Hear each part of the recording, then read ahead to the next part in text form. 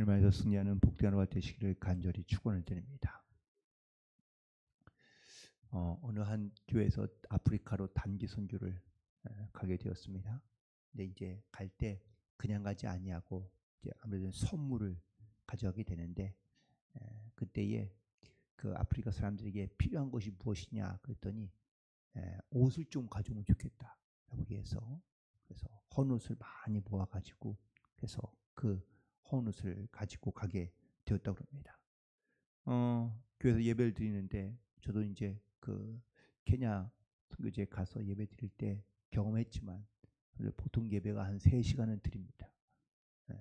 그래서 찬양이 보통 한 1시간 반, 2시간 한 번 찬양을 시작하면 보통 30분이 기본이기 때문에 그래서 아무튼 그렇게 아주 은혜롭게 그리고 정말 기쁘게 그리고 이제 예배가 끝나고 난 다음에 간단하게 이제 준비한 식사를 하고 그리고 이제 드디어 가져간 선물을 주게 되었는데 그런데 좀 거기 갔던 사람들이 좀 충격을 받은 게 그 단기 선교팀이 가서 박스를 탁 오픈하는데 분명히 선교사님이 가져갈 때는 개인당 2개까지만 가져가라고 얘기를 했거든요. 그런데 박스를 오픈하니까 벌떼처럼 달려들어가지고 막 제 거 챙겨가는 겁니다. 그래서 좀 전까지만 해도 그렇게 예배도 잘 드리고 밥도 잘 먹던 그 사람들이 박스를 헌옷 박스를 오픈하자마자 그냥 다 달려들어가지고 그냥 뭐 원칙은 정했지만 원칙이 필요 없어요. 와서 다 그냥 가져가는 겁니다.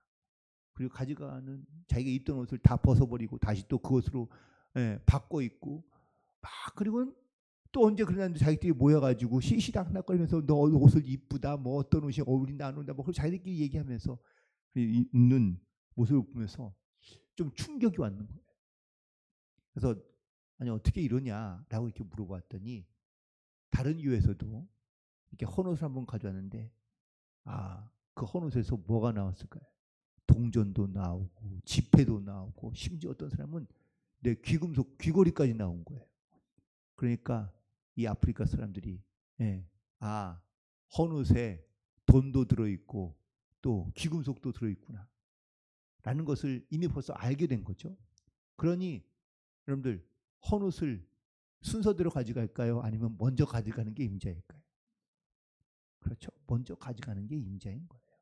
그래가지고 그렇게 막 치열하게 전쟁터 같은 그런 모습을 보였다는 겁니다. 여러분 그러면서 이런 생각이 듭니다. 어떤 모습이 진짜일까? 거룩하게 예배드리는 그 모습이 이 사람들의 진짜 모습일까요? 아니면 그 헌옷을 하나 가져가겠다고 그렇게 막 달려들어서 싸우는 그 모습이 진짜 모습일까요? 둘 다죠. 예배드릴 때는 거룩하게 그리고 자기 이익이 생기는 일이 있을 때는 치열하게 이렇게 살아가는 것이 이게 사실은 우리들의 둘 다의 모습인 것이죠. 그런데 이게 아프리카 사람만 그러냐? 우리도 똑같다는 거예요. 예배 드릴 때는 거룩하게 그리고 정말 하나님 앞에 감사하며 예배 드리는 것 같지만 또 세상 나가서 살아갈 때 내게 이익되는 것들은 악착같이 끝까지 자기의 이익을 얻고자 하는 모습을 살아가는 것이 이것이 바로 우리의 진짜 모습이었다라는 것이죠. 그럼 그리스도인이라는 것이 과연 어떤 사람들일까?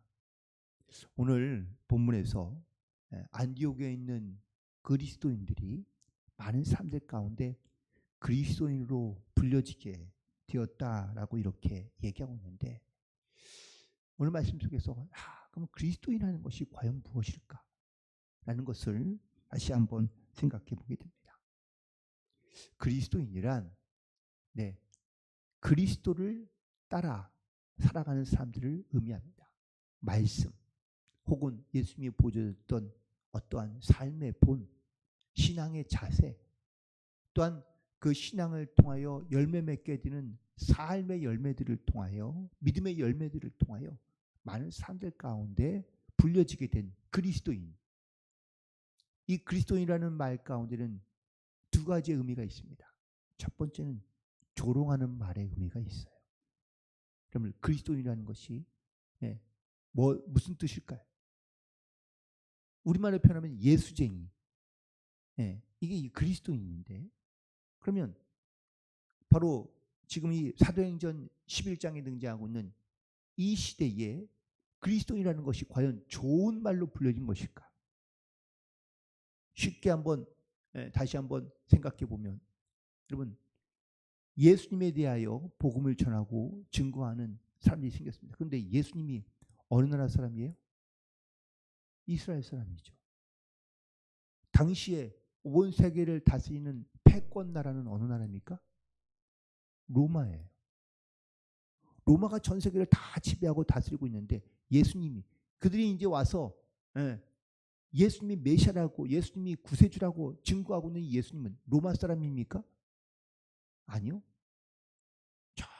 저기 동쪽 변방에 있는 아주 작은, 심지어 나라도 아니에요. 왜냐하면 로마의 지배를 받고 있는 속국이니까. 큰 나라도 아니고 지극히 작은 소수민족에 있는 거기에 있는 한 사람의 이름.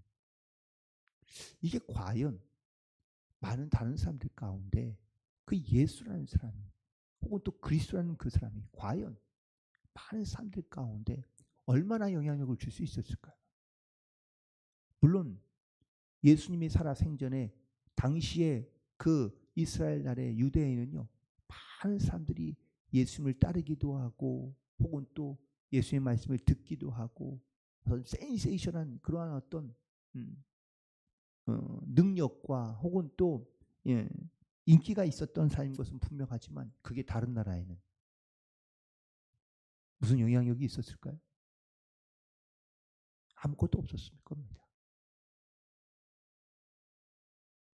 그런데 그런 예수님에 대하여 증거하니 누군지도 알지도 못하고 들어본 적도 없는, 유명한 철학자도 아니고 수학자도 아니고 과학자도 아니고 무슨 유명한 장군의 이름도 아닌, 아무런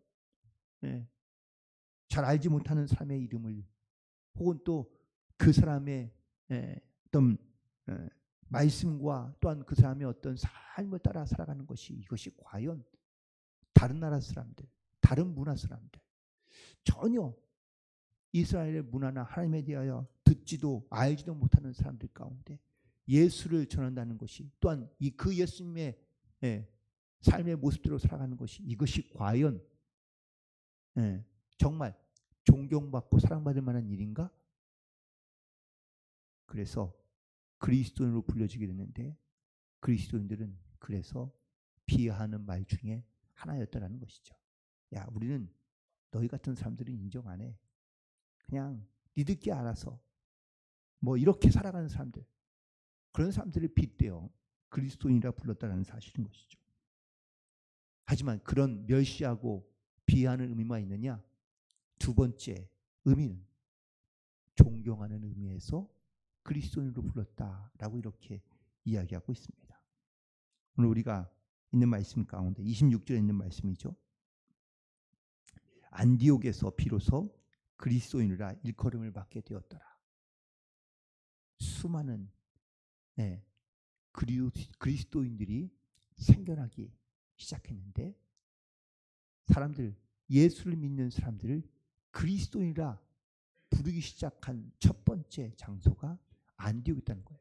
그러니까 이전까지 많은 그리스도인들이 있었는데, 곳곳에 조금씩 생겨나기 시작했는데, 그 중에서 안디옥에서 살아가는 사람들을 그리스도인이라 처음 부르게 된 이 그리스도인의 의미는 비하가 아니라 존경의 표현인 겁니다.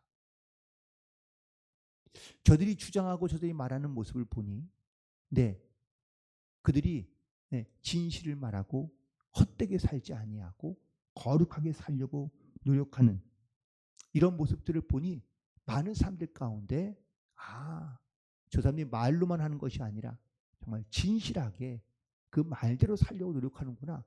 그래서 그들의 모습을 보면서 그리스도라는 분이 그런 분이었구나, 이런 분이었구나, 이런 사람이었구나라는 것을 깨닫게 되고, 그리고 진심으로 그들에게 존경심을 보였던 말이 바로 그리스도인이라는 말이 되었고, 이 그리스도인이라는 말이 그때부터 많은 사람들 가운데 퍼져나가기 시작하면서 그리스도인들이 당시에 있는 로마뿐만 아니라 전 세계적으로 퍼져나가게 될 때 그리스도라는 이 말이 어떤 의미로 불려지게 되고 또한 사용하게 되었는지를 보여주고 있는 첫 번째 사건이라고 말할 수 있습니다.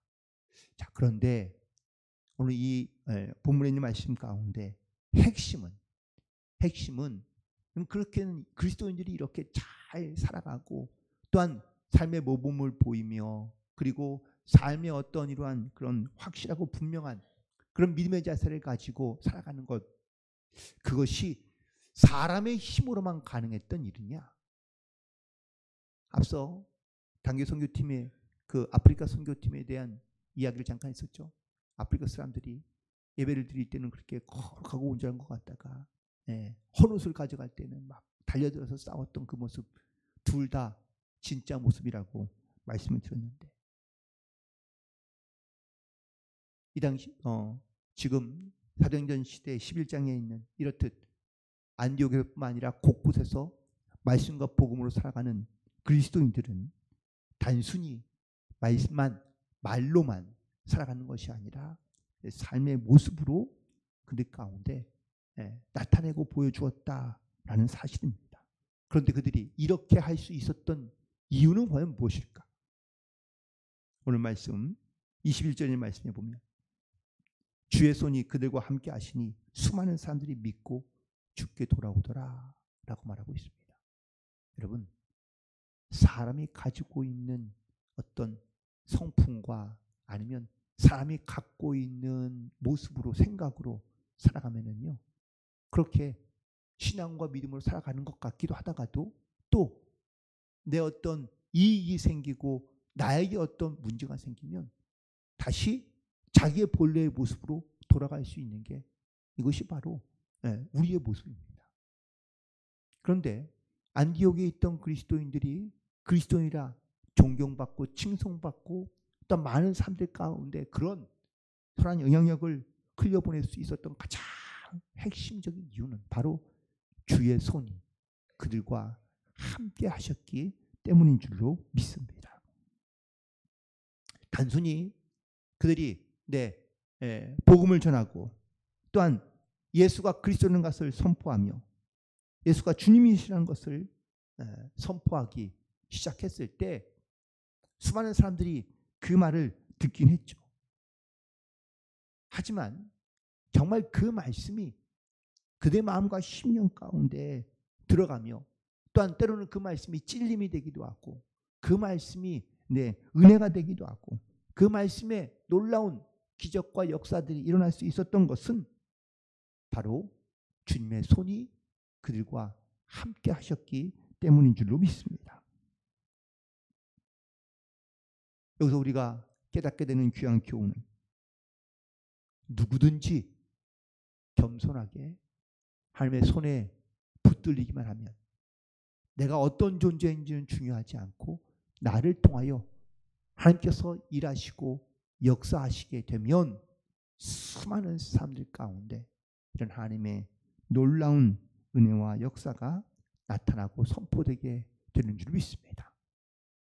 내가 어떤 존재이냐라는 것이 중요한 것이 아니라 내가 무엇을 품고 있고 또한 누구를 통하여 내가 이 말씀을 선포하고 있느냐라는 것이 중요한 것이죠.